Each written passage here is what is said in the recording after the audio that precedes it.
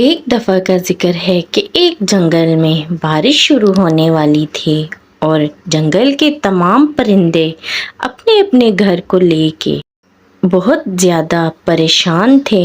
Lucy कबूतर सोच रहा था कि आज तो बारिश होगी और मेरा घर तो बहुत ही छोटा है और सारे परिंदे लकड़ियाँ चुनने जा रहे हैं और वो अपना घर मजबूत बना लेंगे और मुझे भी अपने घर को मजबूत बनाना चाहिए जो इस बारिश को बर्दाश्त कर सके।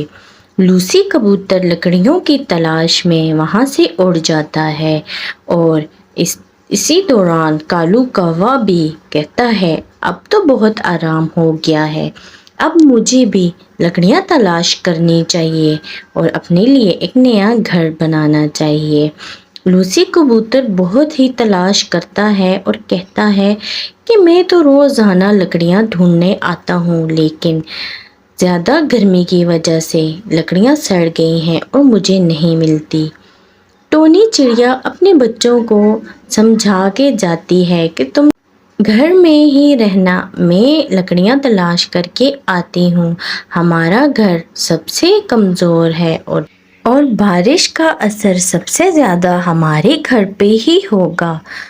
लूसी कबूतर इतने में उड़ रहा होता है और उसे अचानक बहुत सी लकड़ियों का बंडल पड़ा हुआ मिलता है और वो शुक्र करता है और कहता है कि शुक्र है, आज तो मुझे बहुत सी लकड़ियाँ मिल गई हैं। और वो जाके अपना बहुत ही प्यारा घर बनाता है और उसमें रहने लगता है। कबूतर अपना घर तो बना लेता है पर चिड़िया और कौवा दोनों परेशान होते हैं और कहते हैं कि हमें तो अभी तक लकड़ियाँ मिली ही नहीं हैं। इसी दौरान टोनी चिड़िया को बहुत सी लकड़ियाँ पड़ी हुई नज़र आती हैं और वो शुक्र करती है कि आज शायद उसका भी घर बन जाए। लेकिन कालू कौवा जब उसको देखता है कि वो उड़ती हुई उन लकड़ियों के पास जा रही है तो कालू कौवे के दिमाग में एक ख्याल आता है। वो कहता है, क्यों ना मैं इसकी लकड़ियाँ चुरा लूँ और इसको डांट के और डरा के यहाँ से भगा दूँ। कालू कौवा उड़ता हुआ टोनी चिड़िया के पास जाता है और उससे कहता है, टोनी चिड़िया, ये लकड़ियाँ तो मैं अभी इधर रख कर गया था, तुम यहाँ पे क्या कर रही हो? टोनी चिड़िया कहती, कालू कौवे झूठ मत बोलो, ये तो मैंने देखी थी। कालू कौवा उसे डरा के वहाँ से भाग जाता है। टोनी चिड़िया बहुत दुखी होती है और वहाँ से चली जाती है। टोनी चिड़िया अपने बच्चों को जाके सारी कहानी बताती है और कहती है कि मैं तुम्हें एक दरख्त में बिठा देती हूँ और ख़ुद बैठ जाऊँगी, लेकिन तुम तो आराम से रहोगे।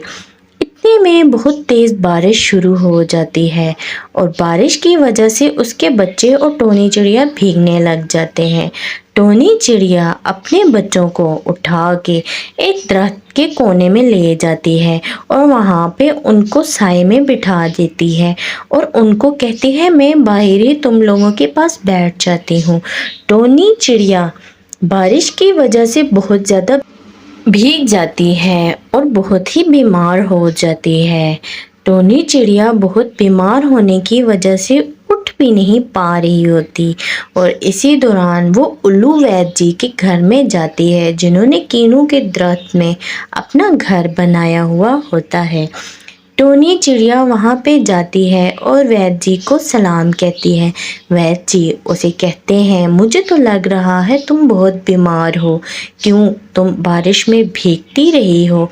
टोनी चिड़िया उनको सारा माजरा बताती है और वैद्य जी उसको एक बीज देते हैं और कहते हैं, ये तुम जहाँ पे भी लगा वहाँ पे बहुत बड़े बड़े फल उग जाएंगे, तुम उनसे अपना घर बना सकती हो।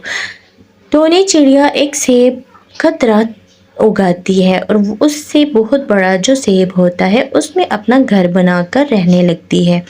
कुछ ही दिनों बाद बहुत ज़्यादा तूफ़ान आता है और बहुत तेज़ बारिश होती है, लेकिन टोनी चिड़िया अपने बच्चों के साथ वहाँ पे आराम से रहती है और जंगल के तमाम जानवरों के घर उस तूफान में उड़ जाते हैं और वो बेघर हो जाते हैं। वो सब टोनी चिड़िया के पास आते हैं और उससे पूछते हैं कि तुमने ये घर कहाँ से बनाया है? हमारे घर भी उड़ गए हैं, हम भी ऐसा घर बनाना चाहते हैं।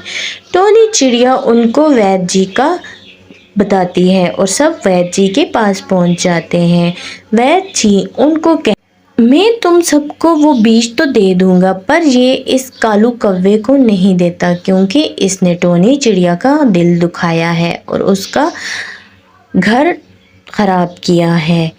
सब परिंदे अपने अपने घर में रहने लगते हैं और कौवा बाहर बैठ के बारिश में भीगता रहता है और सोचता है कि अगर मैं ऐसा ना करता तो आज मैं भी अच्छे से घर में रह रहा होता। हमें इस कहानी से हमें ये सबक मिलता है कि हमें दूसरों की मदद करनी चाहिए। अगर आप मेरी ऐसी ही अच्छी अच्छी वीडियो को देखना चाहते हैं तो मेरे चैनल को सब्सक्राइब कर दें।